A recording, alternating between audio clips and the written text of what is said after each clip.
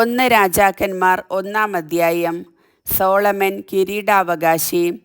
ദാവീദ് രാജാവ് വൃദ്ധനായി. പരിചാരകർ അവനെ പുതപ്പിച്ചിട്ടും കുളിർ മാറിയില്ല. അവർ അവനോട് പറഞ്ഞു, യജമാനനായ രാജാവിനു വേണ്ടി ഒരു യുവതിയെ ഞങ്ങൾ അന്വേഷിക്കട്ടെ.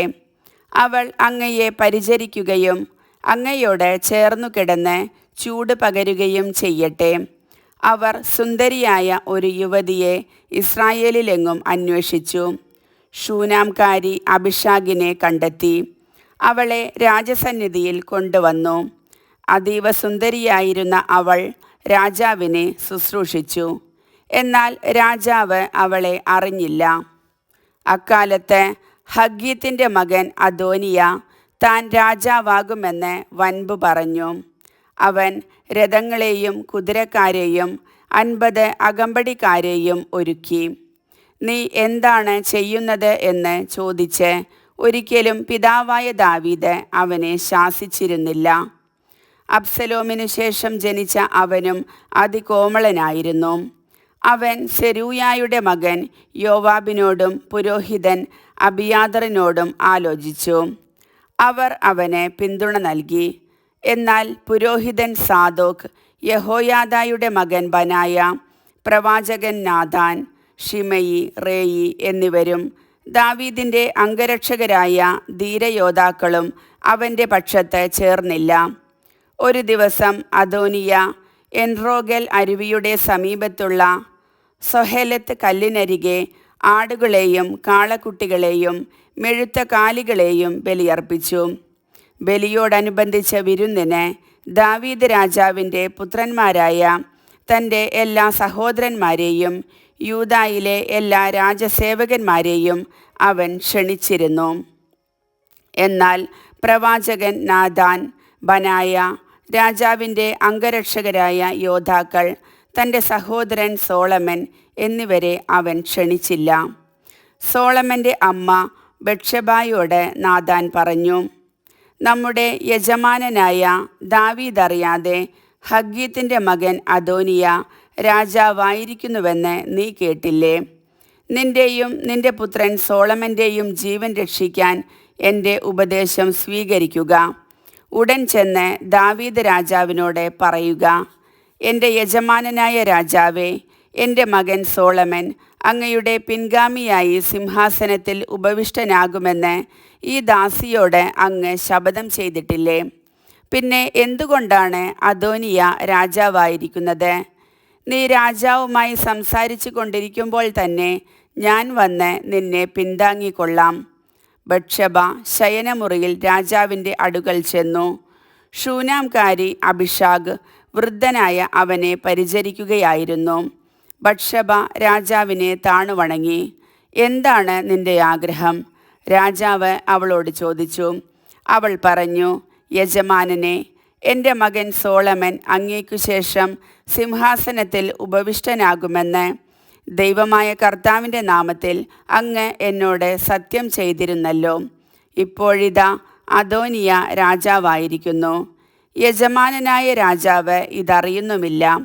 അവൻ കാളകളെയും കൊഴുത്ത അനേകം ആടുമാടുകളെയും ബലിയർപ്പിക്കുകയും അങ്ങേ എല്ലാ പുത്രന്മാരെയും പുരോഹിതൻ അബിയാതറിനെയും സേനാനായകൻ യോവാബിനെയും വിരുന്നിന് ക്ഷണിക്കുകയും ചെയ്തു. എന്നാൽ അങ്ങയുടെ ദാസനായ സോളമനെ ക്ഷണിച്ചില്ല. എൻ്റെ യജമാനനായ രാജാവേ, അങ്ങയുടെ പിൻഗാമിയായി ആരാണ് സിംഹാസനത്തിൽ വാഴുകയെന്ന് അങ്ങ് പ്രഖ്യാപിക്കുന്നത് കേൾക്കാൻ ഇസ്രായേൽ ജനം കാത്തിരിക്കുകയാണ്. അങ്ങ് പിതാക്കന്മാരോട് ചേരുമ്പോൾ എന്നെയും എൻ്റെ മകൻ സോളമനെയും അവർ രാജ്യദ്രോഹികളായി കണക്കാക്കും. അവൾ രാജാവിനോട് സംസാരിച്ചു കൊണ്ടിരിക്കുമ്പോൾ പ്രവാചകൻ നാഥാൻ കടന്നു അവൻ വന്ന വിവരം രാജാവിനെ അറിയിച്ചു. നാഥാൻ രാജസന്നിധിയിൽ താണുവണങ്ങി.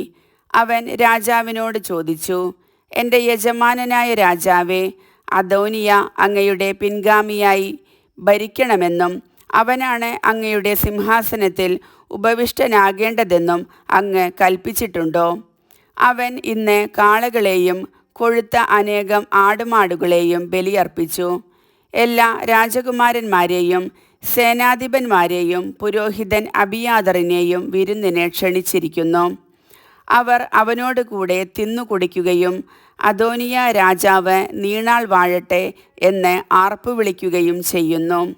എന്നാൽ അങ്ങേ ദാസനായ എന്നെയും പുരോഹിതൻ സാദോക്കിനെയും യഹോയാദായുടെ മകൻ ബെനായായെയും അങ്ങയുടെ ദാസനായ സോളമനെയും ക്ഷണിച്ചിട്ടില്ല.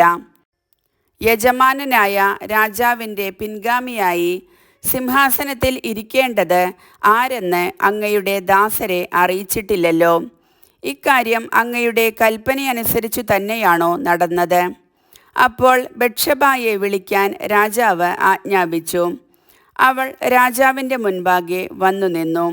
അവൻ ശപഥം ചെയ്തു, സകല കഷ്ടതകളിലും നിന്ന് എന്നെ രക്ഷിച്ച കർത്താവാണേ, നിന്റെ മകനായ സോളമൻ എനിക്കു ശേഷം എൻ്റെ സിംഹാസനത്തിൽ വാഴുമെന്ന് ഇസ്രായേലിൻ്റെ ദൈവമായ കർത്താവിൻ്റെ നാമത്തിൽ നിന്നോട് ഞാൻ സത്യം ചെയ്തിട്ടുള്ളതനുസരിച്ച് ഇന്നു ഞാൻ പ്രവർത്തിക്കും.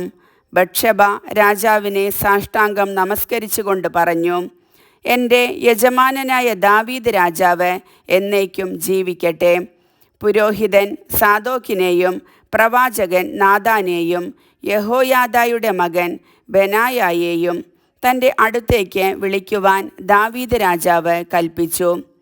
അവർ വന്നപ്പോൾ അവൻ പറഞ്ഞു, നിങ്ങൾ രാജസേവകന്മാരെ കൂട്ടിക്കൊണ്ട് എൻ്റെ മകൻ സോളമനെ എൻ്റെ കോവർ കഴുതയുടെ പുറത്ത് ഇരുത്തി ഗീഹോനിലേക്ക് കൊണ്ടുപോകുവിൻ. അവിടെ വെച്ച് പുരോഹിതൻ സാദോക്കും പ്രവാചകൻ നാഥാനും അവനെ ഇസ്രായേലിൻ്റെ രാജാവായി അഭിഷേകം ചെയ്യട്ടെ. സോളമൻ രാജാവ് നീണാൾ വാഴട്ടെ എന്ന് കാഹളം മുഴക്കി ആർപ്പിടുവിൻ. അതിനുശേഷം നിങ്ങൾ അവൻ്റെ പിന്നാലെ പോരുക. അവൻ വന്ന് എൻ്റെ സിംഹാസനത്തിലിരുന്ന് എനിക്കു പകരം ഭരണം നടത്തട്ടെ. ഇസ്രായേലിൻ്റെയും യൂദായുടെയും അധിപനായി അവനെ ഞാൻ നിയമിച്ചിരിക്കുന്നു. യഹോയാദയുടെ മകൻ ബനായ രാജാവിനോട് പറഞ്ഞു, അപ്രകാരം സംഭവിക്കട്ടെ. യജമാനനായ രാജാവിൻ്റെ ദൈവമായ കർത്താവ് അപ്രകാരം തന്നെ കൽപ്പിക്കുമാറാകട്ടെ. കർത്താവ് യജമാനനായ രാജാവിനോട് കൂടെ എന്നതുപോലെ സോളമനോട് കൂടെയും ആയിരിക്കട്ടെ. അവൻ്റെ ഭരണം എൻ്റെ യജമാനനായ ദാവീദ് രാജാവിൻ്റേതിനേക്കാൾ മഹത്വപൂർണമാകട്ടെ. പുരോഹിതൻ സാദോക്കും പ്രവാചകൻ നാഥാനും യഹോയാദായുടെ മകൻ ബനായായും കെറേത്യരും പെലേത്യരും സോളമനെ ദാവീദ് രാജാവിൻ്റെ കോവർ കഴുതയുടെ പുറത്തിരുത്തി ഗീഹോനിലേക്ക് കൊണ്ടുപോയി. പുരോഹിതൻ സാദോക്ക് വിശുദ്ധ കൂടാരത്തിൽ നിന്ന് തൈലം നിറച്ച കൊമ്പെടുത്ത് സോളമനെ അഭിഷേകം ചെയ്തു. അവർ കാഹളം മുഴക്കി, സോളമൻ രാജാവ് നീണാൾ വാഴട്ടെ. ജനം ആർപ്പ് വിളിച്ചു. കുഴലൂതുകയും ഭൂമി പിളരുമാറ് ആഹ്ലാദാരവം മുഴക്കുകയും ചെയ്തുകൊണ്ട് ജനം അവനെ അനുഗമിച്ചു. അദോനിയായും അതിഥികളും ആ സ്വരം കേട്ടു. അപ്പോഴേക്കും വിരുന്നു കഴിഞ്ഞിരുന്നു. കാഹളനാദം കേട്ടപ്പോൾ എന്താണ് നഗരത്തിൽ ഘോഷം എന്ന് യോവാബ് ചോദിച്ചു. അവർ സംസാരിച്ചു കൊണ്ടിരിക്കെ പുരോഹിതൻ അബിയാതറിൻ്റെ മകൻ ജോനാഥാൻ അവിടെ വന്നു. അദോനിയ അവനോട് പറഞ്ഞു, വരുക, ധീരനായ നീ സദ്വാർത്തയും കൊണ്ടായിരിക്കുമല്ലോ വരുന്നത്. അങ്ങനെയല്ല, ജോനാഥാൻ പറഞ്ഞു, നമ്മുടെ യജമാനൻ ദാവീദ് രാജാവ് സോളമനെ രാജാവാക്കിയിരിക്കുന്നു. പുരോഹിതൻ സാദോക്കിനെയും പ്രവാചകൻ നാഥാനെയും യഹോയാദായുടെ മകൻ ബെനായയെയും കെറേത്യരെയും പെലേത്യരെയും രാജാവ് അവനോടൊപ്പം അയച്ചിട്ടുണ്ട്. അവർ അവനെ രാജാവിൻ്റെ കോവർ കഴുതയുടെ പുറത്താണ് എഴുന്നള്ളിച്ചത്. പുരോഹിതൻ സാദോക്കും പ്രവാചകൻ നാഥാനും അവനെ ഗീഹോനിൽ വെച്ച് രാജാവായി അഭിഷേകം ചെയ്തു. പട്ടണം ഇളകി മറിയത്തക്കവണ്ണം ആഹ്ലാദാരവം മുഴക്കിക്കൊണ്ട് അവർ അവിടെ നിന്ന് മടങ്ങിപ്പോയി. അതാണ് നിങ്ങൾ കേട്ട ശബ്ദം. സോളമൻ സിംഹാസനത്തിൽ ആരൂഢനായിരിക്കുന്നു. മാത്രമല്ല, രാജസേവകന്മാരും നമ്മുടെ യജമാനൻ ദാവീദ് രാജാവിനെ അഭിനന്ദിക്കാൻ ചെന്നിരുന്നു. അങ്ങയുടെ ദൈവം സോളമൻ്റെ നാമത്തെ അങ്ങയുടേതിനേക്കാൾ മഹനീയവും അവൻ്റെ ഭരണം അങ്ങയുടേതിനേക്കാൾ ശ്രേഷ്ഠവുമാക്കട്ടെ എന്ന് അവർ ആശംസിച്ചു. രാജാവ് കിടക്കയിൽ കിടന്നുകൊണ്ട് നമിച്ചു. അനന്തരം ദാവീദ് പറഞ്ഞു, ഇസ്രായേലിൻ്റെ ദൈവമായ കർത്താവ് വാഴ്ത്തപ്പെടട്ടെ. എൻ്റെ മക്കളിലൊരുവൻ സിംഹാസനത്തിലിരിക്കുന്നത് കാണാൻ അവിടുന്ന് എനിക്ക് ഇടവരുത്തി. അപ്പോൾ അദോനിയായുടെ അതിഥികൾ ഭയന്നെഴുന്നേറ്റ് താന്താങ്ങളുടെ വഴിക്ക് പോയി. സോളമനോടുള്ള ഭയം നിമിത്തം അദോനിയ ഓടിച്ചെന്ന് ബലിപീഠത്തിൻ്റെ വളർക്കോണിൽ പിടിച്ചു. സോളമൻ രാജാവ് എന്നെ വാളിനിരയാക്കുകയില്ലെന്ന് സത്യം ചെയ്യട്ടെ എന്ന് പറഞ്ഞു. അദോനിയ തന്നെ ഭയന്ന് ബലിപീഠത്തിൻ്റെ വളർക്കോണിൽ പിടിച്ചുകൊണ്ട് നിൽക്കുന്നുവെന്ന് സോളമൻ അറിഞ്ഞു. അപ്പോൾ സോളമൻ പറഞ്ഞു, അവൻ വിശ്വസ്തനെങ്കിൽ അവൻ്റെ തലയിൽ നിന്ന് ഒരു രോമം പോലും വീഴുകയില്ല. കുറ്റക്കാരനെങ്കിൽ മരിക്കുക തന്നെ വേണം. സോളമൻ രാജാവ് അവനെ ബലിപീഠത്തിങ്കൽ നിന്ന് ആളയച്ചു വരുത്തി. അവൻ രാജാവിനെ നമിച്ചു. സോളമൻ അവനോട് വീട്ടിൽ പൊയ്ക്കൊള്ളുക എന്നാജ്ഞാപിച്ചു. കർത്താവിൻ്റെ വചനം.